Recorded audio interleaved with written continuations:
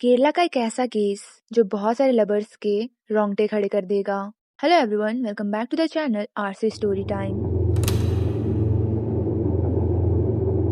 ये incident 17 October 2022 की है। केरला के गवर्नमेंट हॉस्पिटल में एक लड़के को इमरजेंसी में एडमिट किया जाता है। उस लड़के का नाम था Sharon Raj and he was just 23 years old और वो नैयर क्रिश्चियन मेडिकल कॉलेज में रेडियोलॉजी का स्टूडेंट था। हॉस्पिटल में एडमिट कराने का रीजन था सैरोन का बार बार वॉमिट करना, पेट में काफी ज्यादा दर्द बताना, सांस लेने में प्रॉब्लम होना और उसके स्टूल्स का कलर ब्लैक होना। शॉकिंग चीज ये थी कि सैरोन को कोई भी बीमारी नहीं थी और ये सारे सिम्टम्स उसको सिर्फ 3 दिन पहले होने शुरू हुए। सैरोन के सारे टेस्ट कराने के बाद डॉक्टर्स ने ये शक जताया कि शायद सैरोन ने कोई एसिड पिया है। डॉक्टर्स ने घर वालों से और सैरोन से ये पूछने की कोशिश की, जब भी कोई इंसान कोई जहरीली चीज खाता या पीता है तो उसके ट्रीटमेंट के लिए जरूरी होता है कि डॉक्टर्स को पता चले कि वो कौन सा जहर है, ताकि उस जहर की सही एंटीडोट डॉक्टर टाइम पे पेशेंट को दे सके। लेकिन यहाँ तो स्टोरी ही उल्टी थी। सैरोन के घर वालों ने बोला कि सैरोन ने कोई एसिड नहीं पिया है। सैरोन के सारे एग्जामिनेशन और इन्वेस्टिगेशन के बाद डॉक्टर ने रिपोर्ट्स देखकर घर वालों को बताया कि सैरोन की वाइटल ऑर्गेन्स जैसे लंग्स, किडनी और लीवर ये सभी फेल हो रहे हैं। डॉक्टर्स सैरोन को जल्दी से डायलिसिस पे रखते हैं। डायलिसिस एक प्रोसेस होती है जब किडनी ब्लड प्यूरिफाई नहीं कर पाती तो ब्लड को प्यूरिफाई कराने के लिए अलग से एक मशीन लगाई जाती है। और अब क्योंकि सैरोन की किडनी फेल हो रही थी तो डॉक्टर्स को उसको डायलिसिस पे रखना पड़ा। लेकिन डॉक्टर बार बार पूछ रहे थे कि सैरोन ने कुछ जहरीली चीज खाई है या कुछ एसिड पिया है। अब ऐसे सस्पिशियस केसेस में डॉक्टर्स की ये ड्यूटी बन जाती है कि वो पुलिस को इन्वॉल्व करे। तो उस गवर्नमेंट हॉस्पिटल के डॉक्टर ने पुलिस को इन्फॉर्म किया। पुलिस हॉस्पिटल आई और हॉस्पिटल में सैरोन से और उसके घर वालों से पूछताछ की। सैरोन ने पुलिस को बताया कि उसने काढ़ा पिया था अपनी एक फ्रेंड के घर पर, लेकिन उसने बताया कि वो काढ़ा तो उसकी फ्रेंड ने भी पिया था, उसके अलावा तो उसने कुछ भी ऐसा खाया या पिया नहीं है। पूछताछ में सैरोन का एक दोस्त जिसका नाम था रेजिन ने पुलिस को बताया कि आज से 3 दिन पहले 14 अक्टूबर 2022 को सैरोन और रेजिन दोनों ही ग्रीष्मा के घर गए थे कन्याकुमारी, जहां सैरोन को उसे कुछ बुक्स लेनी थी।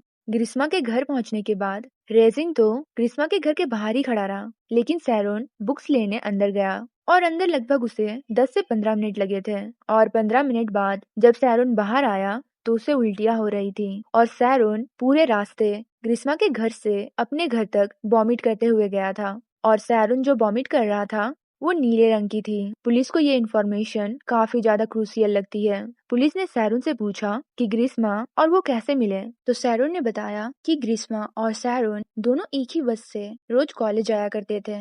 वहीं दोनों की मुलाकात हुई, दोस्ती हुई और दोस्ती के बाद प्यार हुआ। तो पुलिस ग्रीष्मा से पूछताछ करने उसके घर जाती है। ग्रीष्मा जो सैरोन की गर्लफ्रेंड थी वो एक 22 इयर्स की लड़की थी जो कि तमिलनाडु के कन्याकुमारी में रहती थी। वो पढ़ाई में पोस्ट ग्रेजुएशन कर रही थी और ग्रेजुएशन में उसने 4th पोजीशन से कॉलेज टॉप किया था। ओवरऑल ग्रीष्मा एक स्वीट लड़की थी। पुलिस जब ग्रीष्मा के घर जाकर उसे पूछताछ करती है तो ग्रीष्मा पुलिस को बताती है कि जब सैरोन उसके घर आया था तब वो एक काढ़ा पी रही थी जो वो अक्सर सर दर्द के लिए पिया करती थी। सैरोन ने जब उसको चिढ़ाया कि तुम क्या कड़वी चीजें पीती रहती हो, तो उसने मजाक में सैरोन को बोला कि तुम पी के दिखाओ। तो सैरोन ने इस बात को एक चैलेंज की तरह लिया और वो काढ़ा पीने की कोशिश करने लगा। पहली बार में सैरोन काढ़ा नहीं पी पाया तो उसने दोबारा ट्राई किया और दूसरी बारी में सैरोन ने वो काढ़ा पूरा खत्म कर दिया, जिसके बाद सैरोन का टेस्ट काफी ज्यादा कड़वा हो गया था। उसको सही करने के लिए ग्रीष्मा ने उसको मैंगो जूस दिया था और मैंगो जूस पीने के बाद सैरोन को उसी के घर में उल्टी हो गई, जिसके बाद सैरोन उसके घर से चला गया। ये सारी बातें सुनने के बाद पुलिस ने ग्रीष्मा से कहा कि वो कौन सा काढ़ा था, उसका नाम बताओ और बोतल दिखाओ। तो इस पर ग्रीष्मा ने पुलिस को बोला कि वो काढ़ा उसको उसकी मदर ही देती थी और उसे इस काढ़े के बारे में कोई भी जानकारी नहीं है। वो हर बार सर दर्द में यही काढ़ा पीती थी, लेकिन उसे इस काढ़े का नाम नहीं पता। तब पुलिस ग्रीष्मा से उस काढ़े की बोतल मांगती है तो ग्रीष्मा बोलती है कि उसकी बोतल भी उसे नहीं पता। पुलिस को बात थोड़ी नॉर्मल लगती है। वैसे भी कोविड के बाद मार्केट में काढ़े की कोई कमी नहीं थी और किसी कंपनी के काढ़े का नाम भूल जाना ये भी एक बच्ची के लिए आम सी बात है। तो पुलिस वहाँ से चली जाती है। इधर हॉस्पिटल में सैरोन की हालत और भी ज्यादा बिगड़ती जा रही थी। सैरोन की दोनों किडनी फेल हो चुकी थी। सैरोन की ये हालत देखते हुए पुलिस ने डिसाइड किया कि सैरोन का डाइंग डिक्लेरेशन रिकॉर्ड किया जाए। डाइंग डिक्लेरेशन एक स्टेटमेंट होता है जो उस इंसान से लिया जाता है जिसके चांस होते हैं कि वो मर जाएगा और उसकी जो डेथ होगी वो नेचुरल नहीं होगी, बल्कि पुलिस को इंक्वायरी करनी पड़ेगी उसके डेथ के ऊपर। तो ऐसे केसेस में डाइंग डिक्लेरेशन मजिस्ट्रेट के सामने रिकॉर्ड किया जाता है। जब सैरोन का डाइंग डिक्लेरेशन रिकॉर्ड हुआ तो सैरोन ने किसी के ऊपर भी शक नहीं जताया, बल्कि जो सैरोन ने पहले पुलिस को स्टेटमेंट दी थी कि उसने काढ़ा पिया था जिसके बाद उसे वॉमिट हुआ था, डाइंग डिक्लेरेशन में सैरोन ने उस काढ़े का जिक्र भी नहीं किया। डाइंग डिक्लेरेशन की इम्पोर्टेंस इतनी ज्यादा होती है कि इस स्टेटमेंट को एक एविडेंस के रूप में कोर्ट पे पेश किया जाता है। डाइंग डिक्लेरेशन के रिकॉर्ड होने के एक दिन बाद 25 अक्टूबर 2022 को सैरोन राज की डेथ हो जाती है। बहुत से सवाल अभी बाकी थे।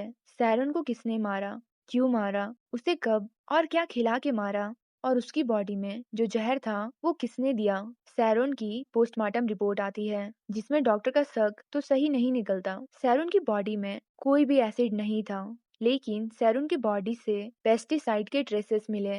पेस्टिसाइड एक केमिकल होता है जिसे हिंदी में कीटनाशक कहते हैं। ये ज्यादातर खेती बाड़ी करने वाले लोगों के पास पाया जाता है। अब क्योंकि ये केस पुलिस से सॉल्व नहीं हो रहा था तो ये केस क्राइम ब्रांच को ट्रांसफर कर दिया जाता है, जिसके बाद क्राइम ब्रांच फौरन एक्टिव होती है और सैरोन का मोबाइल फोन सबसे पहले अपने कब्जे में लेती है और उस मोबाइल फोन से होते हैं खुलासे। पहला खुलासा था सैरोन और ग्रीस्मा दोनों गर्लफ्रेंड बॉयफ्रेंड नहीं थे, बल्कि दोनों शादीशुदा थे। इन दोनों ने छुपकर शादी कर ली थी। सैरोन के मोबाइल फोन से ऐसी बहुत सारे फोटोज मिले जिसमें ग्रीस्मा ने सिंदूर लगा रखा था और उसने गले में मंगलसूत्र भी पहन रखा था। सैरोन के फोन में ग्रीस्मा और सैरोन की शादी की वीडियो भी पुलिस को मिली। इसके अलावा पुलिस को सैरोन और ग्रीस्मा की चैट भी मिली जिसमें ग्रीस्मा काफी ज्यादा वरीड है इस चीज को लेकर कि पुलिस अब उस पर ही शक करेगी क्योंकि ग्रीस्मा ने ही सैरोन को काढ़ा दिया था। पुलिस को ग्रीस्मा और सैरोन के बीच में हुई बात की कॉल रिकॉर्ड भी मिली जिसमें ग्रीस्मा सैरोन की काफी ज्यादा चिंता कर रही थी और रो रही थी कि अब सबको लगेगा कि ग्रीस्मा ने उसे जो काढ़ा दिया था वही उसके लिए जहर बन गया। उन दोनों की बात से ऐसा लग रहा था कि सैरोन को भी ग्रीस्मा पे काफी दया आ रही थी कि बेचारी का बेफालतू में नाम ट्रैक हो रहा है, और पुलिस भी उसके घर तक पहुंच गई इन्वेस्टिगेशन करने के लिए।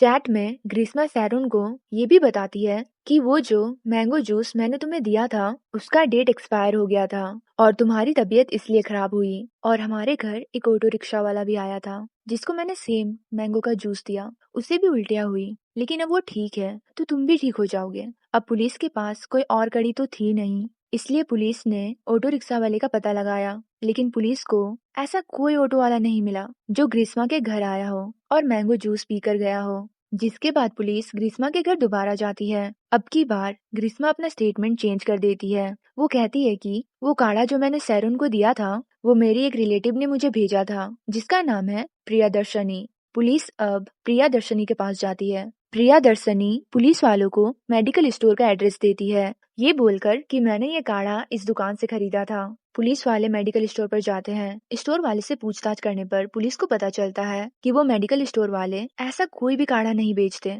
जिसके बाद पुलिस वापस प्रियदर्शनी के पास जाते हैं, फिर उससे अपने तरीके से पूछताछ करते हैं और पूछते हैं कि तुमने हमें गलत एड्रेस क्यों दिया, अब बताओ क्या बात है। क्योंकि अब पुलिस के उल्टे सीधे सवाल से प्रियदर्शनी घबरा जाती है तो वो पुलिस को अब सच बताती है। प्रियदर्शनी कहती है कि ग्रीस्मा का उसके पास कॉल आया था और ग्रीस्मा ने प्रियदर्शनी से कहा था कि काढ़े का नाम तुम अपने से ले लो और किसी मेडिकल स्टोर का पता दे देना। ये सारी कहानी सुनकर पुलिस सीधे जाती है ग्रीस्मा के घर और उसको अरेस्ट करके पुलिस स्टेशन लाती है। पुलिस ग्रीस्मा से 8 घंटे तक पूछताछ करती है। जब पुलिस ने पहले ग्रीस्मा से स्टेटमेंट लिया था तब उसकी फैमिली वाले भी उसके साथ थे, लेकिन इस टाइम ग्रीस्मा अकेले पुलिस स्टेशन में थी, वो भी 8 घंटों के लिए। ग्रीस्मा अपना गुनाह कबूल करती है। ग्रीस्मा पुलिस को बताती है कि उसके पेरेंट्स को सैरोन और उसका रिलेशनशिप पसंद नहीं था, लेकिन सैरोन ग्रीस्मा को छोड़ने को तैयार ही नहीं था। ग्रीस्मा के घर वालों ने ग्रीस्मा की शादी एक आर्मी वाले से फिक्स कर दी थी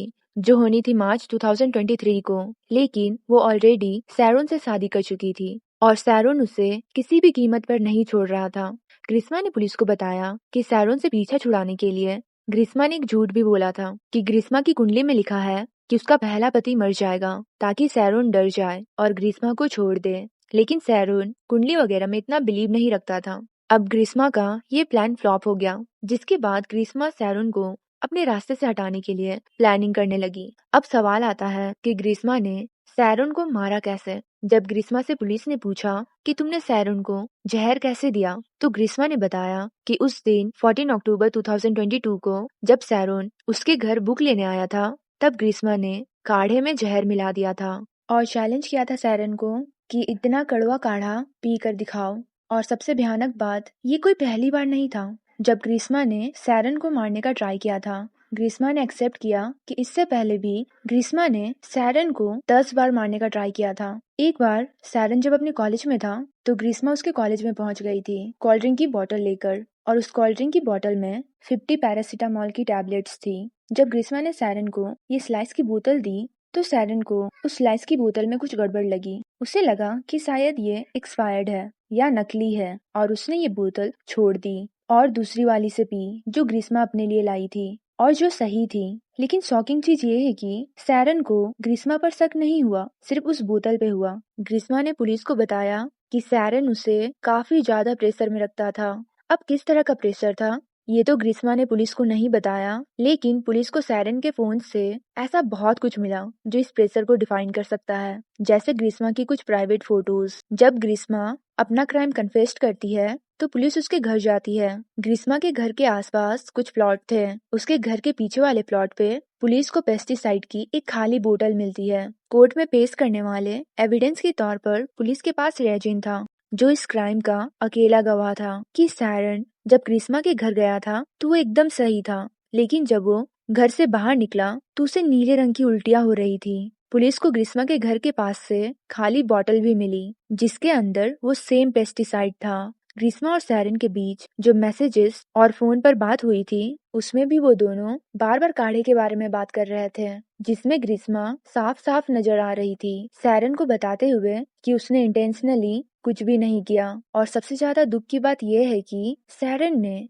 ये बात मान भी ली, और पुलिस ग्रीष्मा को तंग ना करे इसलिए सैरन अपने स्टेटमेंट में मरते हुए भी ग्रीष्मा का या काढ़े का कोई नाम नहीं लिया।